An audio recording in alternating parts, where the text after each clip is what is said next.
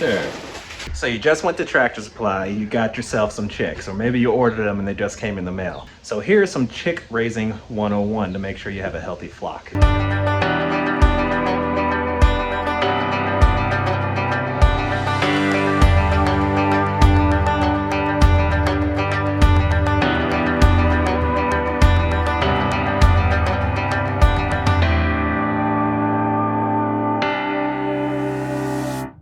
First thing that you're gonna have to have is a brooder. You gotta have a brooder for the chicks to be safe in and somewhere they can be warm in. The brooder size depends on how many chicks you're gonna have. Mine right here is about 27 square feet.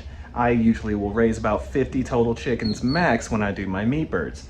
Right now I only have about 15 in there, so they have a lot of extra space. You want to have at least half a square foot per chicken, a little bit more if you're going to be raising them past 4 weeks. Once you get your chicks out of the box or however you receive them, you want to immediately grab them and dump them and introduce them to water. Simple process, you just take their heads, dip their beaks in the water and set them down.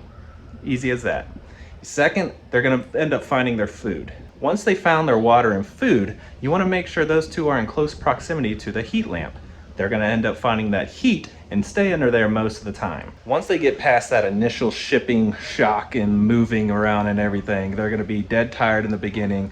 But once they get over that shock, they're going to start moving around and exploring. Now, the temperature that you want under that heat lamp for your brooder is about 95 degrees at the very beginning. You can tell when you have it too hot or too cold by how the chickens are moving around. If they are all huddled together under that heat lamp, then it's going to be too cold in your brooder and they're trying to stay warm.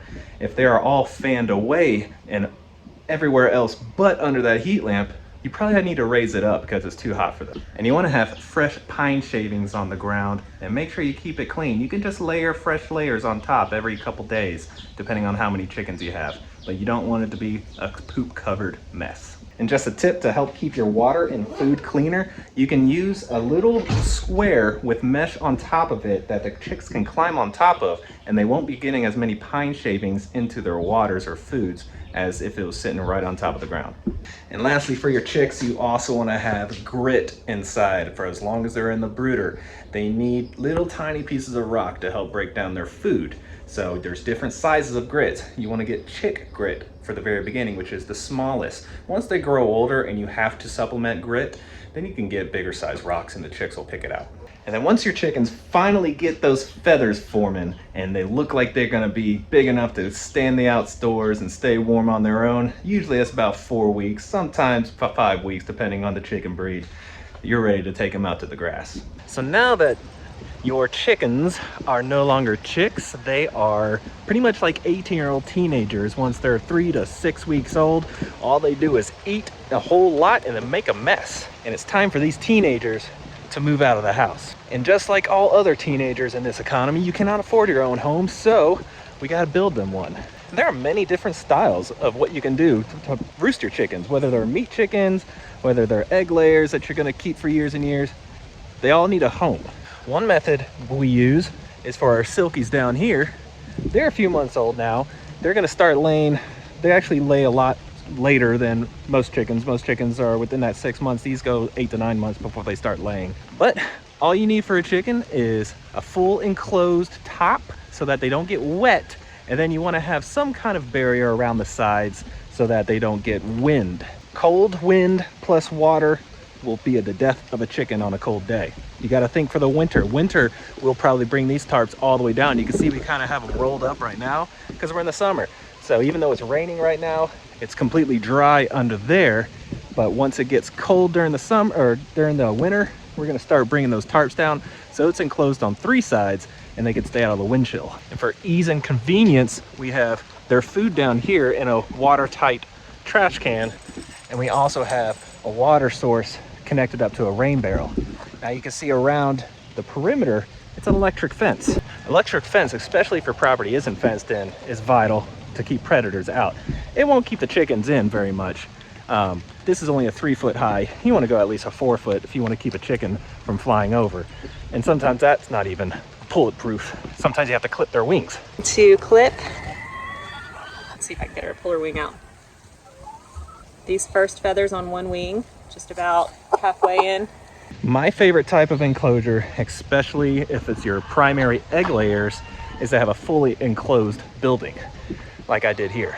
This used to just be a lean-to, and it now hosts our rabbits and our chickens. During the summer, it stays cool enough, it gets a draft all the way in between.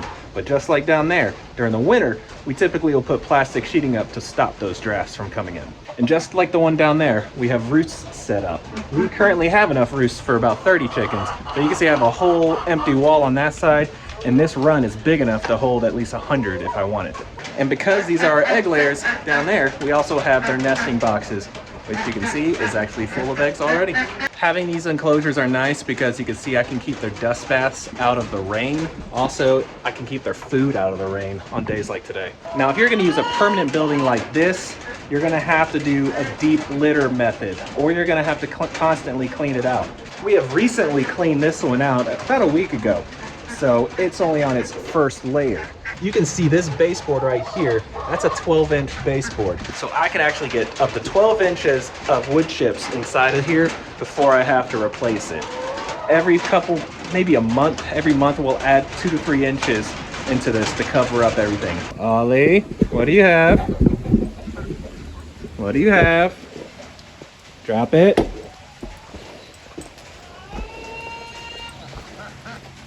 Drop it. Drop it.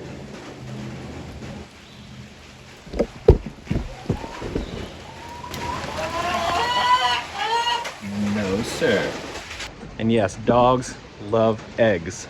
So if you have your dogs nearby, they're gonna eat your eggs. Now, for a setup like this, you're gonna wanna have a chicken run. This used to be the chicken run. You can see their exit door is right there. This used to be fenced in, but we decided to change it up this year. We actually put the fence around the main garden, and now they get to free range. Saves a ton on the feed bill. The final type of enclosure or home you can put your chickens in is a tractor of some sort. This is our portable chickshaw. We can move it every single day. Now you could either put a fence around it if you want, or you can just open it up every day and let them roam free range. So how do you make sure that your chickens find the home that you want them to call home? Well, the best way to move them is at nighttime. So typically ours roost right about 8 o'clock in the night, depending on about an hour before sunset.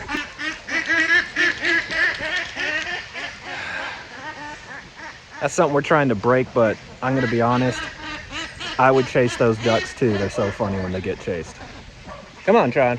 As I was saying, you want to introduce them to their new home at night so that they're immediately put them inside of it. They're going to spend the night in there.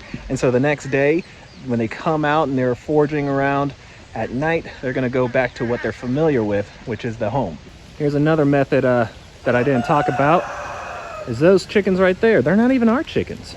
Those chickens actually came from our neighbors, and they have made this place their home. We don't have a home for them. They just go somewhere at night, roost up in a tree somewhere, and come visit us every single day.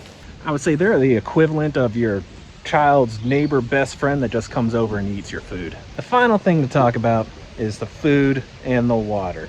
Water's simple. They need water. Give them water. There's different methods you can. You could do the nipple systems, you can do just a bucket on the ground, you can do little waterers, whatever you want. They just need water. Now for food, it gets a little bit different. So when they're first starting growing up, you want to use a chick starter or grower. It's a high protein diet. That protein helps them grow fast and big.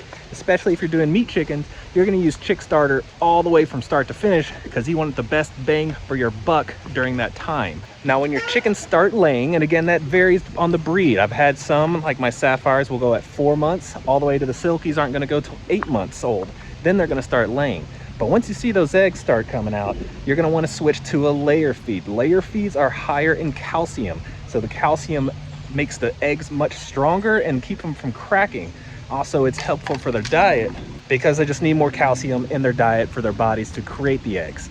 Secondly, you're going to want to supplement oyster shells. That's also a good source of calcium. That's all natural. And depending on how you house your chickens, if you have them in an enclosure where they can't forage and free range everywhere, you're going to have to supplement some greens, either from your garden, or you can just use kelp powder. You can put it right into a little nutrient bowl, let them free choice it, and they will grab it as they need it. Tronny's going to get you, buddy. That's our big boy drumstick rooster. Tron. Alright, I don't want my dog to get scratched up. What? He's still a puppy, he's still learning, but he's extra feisty today because he absolutely loves the rain. So that's it, guys. That's Chickens 101, start to finish. There's a whole lot more to raising chickens, but that will get you the basics of having good, healthy chickens, whether they're for meat, whether they're going to be for eggs. Get started. Thank you so much for watching. Thank you so much to my subscribers. Your support means a ton and helps me just keep going and doing this. So I will catch you all in the next time.